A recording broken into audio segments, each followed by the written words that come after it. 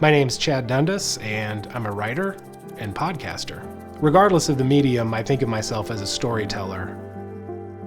I am blessed and privileged to come from a family full of writers, a family that always appreciated literature and art.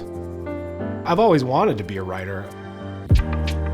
I find it to be incredibly satisfying, and just the creative process means a lot to me. I want to tell stories about the modern West that are entertaining and also hopefully thought-provoking. Writing about the West is important. I think it's because it's a part of the country that I feel like has stories that deserve to be told. Death in the West is a true crime podcast that explores stories from the past that are not only salacious, but also hopefully culturally relevant. And so we want to look into not only just crimes, but we want to talk about what happens after the crimes and how those crimes have affected the history and the evolution of the West.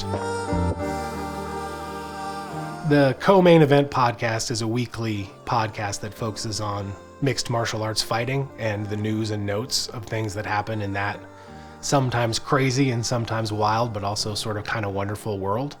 I do it with my podcasting partner, Ben Folks, and we've been doing it for 11 years now. I actually started out as a creative writing major at the University of Montana and got a year or two into it, and then I was like, I should actually probably have a trade, and a valuable skill for fiction writing was to get a journalism degree. I learned a lot about writing, studying journalism. My first novel, Champion of the World, is a historical fiction that is set in the world of professional wrestling in the 1920s. My second novel, The Blaze, is a contemporary mystery and suspense novel that follows an Army war veteran as he comes back home, suffering from a traumatic brain injury and having lost certain parts of his long-term memory.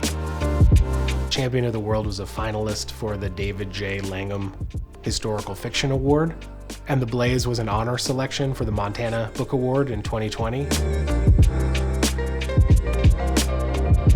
I've been incredibly fortunate to have both of my books be really critically well received. I hope that I can carry on the tradition of people like James Crumley and James Lee Burke, who are kind of the titans of Montana crime fiction.